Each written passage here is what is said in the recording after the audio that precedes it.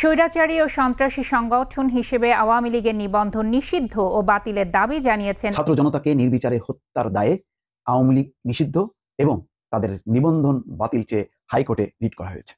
আমি আপনাদের এই সংস্কার কোটা সংস্কার যে আন্দোলন, এই আন্দোলনে বা বৈষম্য বিরোধী ছাত্র আন্দোলন, এই আন্দোলনে কোটা সংস্কারের জন্য আমি সবসময় আপনাদের সাথে ছিলাম।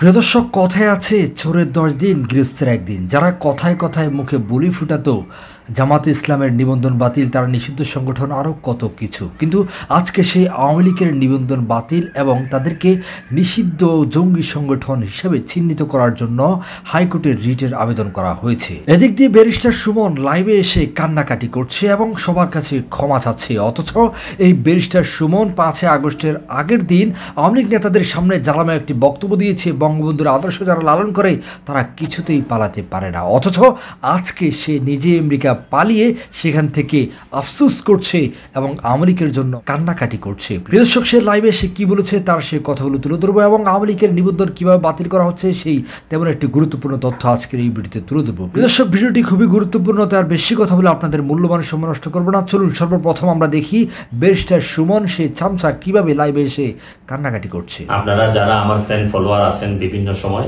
বিভিন্নভাবে আমার উপর কষ্ট পেয়েছেন, তাদের উদ্দেশ্যে একজন সাবেক এমপি হিসাবে আমি দুটি কথা বলতে চাই। আমি আপনাদের এই সংস্কার, কোটা সংস্কার যে আন্দোলন, এই আন্দোলনে বা বৈষম্য বিরোধী ছাত্র আন্দোলন, এই আন্দোলনে কোটা সংস্কারের জন্য আমি সবসময় আপনাদের সাথে ছিলাম এবং এটাতে যারা আহত নিহত হয়েছেন তাদের পক্ষেও, এই বিচারের পক্ষেও আমি ছিলাম। কিন্তু আমার ব্যর্থতা হচ্ছে কি, আমি আপনাদেরকে বুঝাইতে পারি নাই। এটার জন্য আমি সম্পূর্ণ ব্যর্থ হয়েছি এবং আমি এই ব্যর্থ হওয়ার জন্য আমার যারা ফলোয়ার আছেন, যারা আমাকে নিয়ে প্রত্যাশা করেছেন, সবার কাছে আমি দুঃখ প্রকাশ করতেছি। আমি আপনাদেরকে আরেকটি কথা বলতে চাই। এখন যে কাঠামোগত সংস্কার আপনারা চাচ্ছেন, দেখেন এই সংস্কারের জন্য আমি বহু বছর আগে থেকে কাজ করে যাচ্ছি। আপনারা দেখেন এই দুর্নীতির বিরুদ্ধে যুদ্ধ গত 15 বছরে আপনারা যে 2-3 জন মানুষ দুর্নীতির বিরুদ্ধে সোচ্চার ছিলেন, এর মধ্যে হয়তো আমাকে একজন আপনারা পাবেন।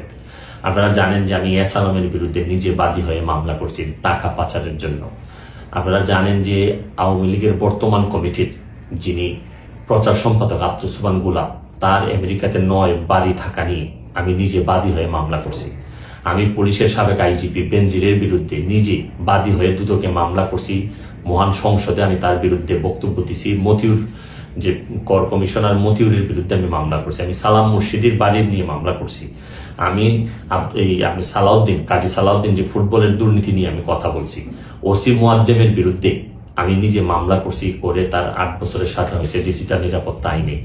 আমি, আপনারা জানেন যে জীবনে যত ঝুঁকি ছিল, আপনারা জানেন যে এই কোটা আন্দোলন শুরু হওয়ার 2 সপ্তাহ আগে আমি প্রেস কনফারেন্স করতে বলতে বাধ্য হয়েছি, আমি জিডি করছি যে আমার জীবনের উপর হুমকি আছে এইসব দুর্নীতির বিরুদ্ধে প্রতিবাদ করতে গিয়ে। সুতরাং আমি এই যুদ্ধে সবসময় চেষ্টা করছি। এখন আপনারা যারা যে যুদ্ধ শুরু করছেন, ছাত্র জনতার নেতৃত্বে যে যুদ্ধ, এই যুদ্ধে আমি মনে করি যে দুর্নীতির বিরুদ্ধে যুদ্ধ, এই যুদ্ধে আমি আপনাদের সবসময় আমি আপনাদেরকে দোয়া করি যে আমি যতদিন আসি চেষ্টা করে যাব দুর্নীতির বিরুদ্ধে এই যে যুদ্ধ, এই যুদ্ধে সবসময় শরীক থাকার আমার জায়গা থেকে আমি চেষ্টা করব। এই বলে আজকের মতো বিদায় নিচ্ছি। ভালো থাকুক আমার বাংলাদেশ, ভালো থাকুন সবাই। ধন্যবাদ। প্রিয় দর্শক, এবার আমরা দেখব আওয়ামী লীগকে নিষিদ্ধ জঙ্গি সংগঠন হিসেবে এবং তাদের নিবন্ধন বাতিলের দাবিতে হাইকোর্টের রিটের আবেদন করার বিষয়ে। চলুন গুরুত্বপূর্ণ একটি প্রতিবেদন আমরা অতি সংক্ষেপে একটু দেখে আসি। ছাত্র জনতাকে নির্বিচারে হত্যার দায়ে বাংলাদেশ আওয়ামী লীগকে নিষিদ্ধ ও দল হিসেবে তাদের নিবন্ধন বাতিল চেয়ে হাইকোর্টে রিট দায়ের করা হয়েছে। একই সঙ্গে রিট আবেদনে যেসব প্রতিষ্ঠান শেখ হাসিনার নামে রয়েছে সেগুলোর নাম পরিবর্তনও চাওয়া হয়েছে। সোমবার মানবাধিকার সংগঠন সারদা সোসাইটির পক্ষে নির্বাহী পরিচালক আরিফুর রহমান মুরাদ ভূঁইয়া রিটটি দায়ের করেন। রিটে দেশ সংস্কারের লক্ষ্যে বর্তমান অন্তর্বর্তী সরকারের মেয়াদ সর্বনিম্ন 3 বছর চাওয়া হয়েছে। পাশাপাশি বিদেশে পাচার করা 11 লাখ কোটি টাকা ফেরত আনতে এবং বিগত আওয়ামী লীগ সরকারের আমলে চুক্তিভিত্তিক নিয়োগ পাওয়া কর্মকর্তাদের বদলি করার নির্দেশনা চাওয়া হয়েছে। পরে রিটকারী আরিফুর রহমান মুরাদ ভূঁইয়া বলেন, রিটে এই বিষয়গুলোতে রুল ও আদেশ চাওয়া হয়েছে। বিচারপতি KM আসাদুজ্জামানের নেতৃত্বে হাইকোর্ট বেঞ্চে রিট আবেদনটির উপর ছাত্র জনতাকে নির্বিচারে হত্যার দায়ে আওয়ামী লীগ নিষিদ্ধ এবং তাদের নিবন্ধন বাতিল চেয়ে হাইকোর্টে রিট করা হয়েছে। দর্শক, আপনাদেরকে আগেই বলেছিলাম যে এই যে অভ্যুত্থান, ছাত্র জনতার অভ্যুত্থান এবং তার ফলে আওয়ামী লীগের যে পতন, শেখ হাসিনার পতন, সব মিলিয়ে এটি কিন্তু একটা গণহত্যার শামিল এবং এর খেসারত শেখ হাসিনাকে, আওয়ামী লীগকে দিতে হবে। এবং ঠিকই তাই, আজকে যেই কারণে জামাত শিবিরের নিবন্ধন বাতিল করা হয়েছিল, তাদেরকে নিষিদ্ধ করা হয়েছিল, ঠিক সেই ঘটনা এবং একেবারে মানে জ্বলন্ত ঘটনা, যেটা সারা বাংলাদেশের মানুষ এখন সাক্ষী, যে গণহত্যা সংঘটিত হয়েছে। ইতিমধ্যে জাতিসংঘ সহ অন্যান্য আন্তর্জাতিক সংস্থা পর্যন্ত স্বীকার করেছে 650-র উপরে হত্যা হয়েছে। এটা হলো প্রাথমিক রিপোর্ট এবং প্রতিদিনই কিন্তু মারা যাচ্ছে। ফলে অনেকেই শঙ্কা করছেন যে এই মৃত্যু 1000 ছাড়িয়ে যাবে।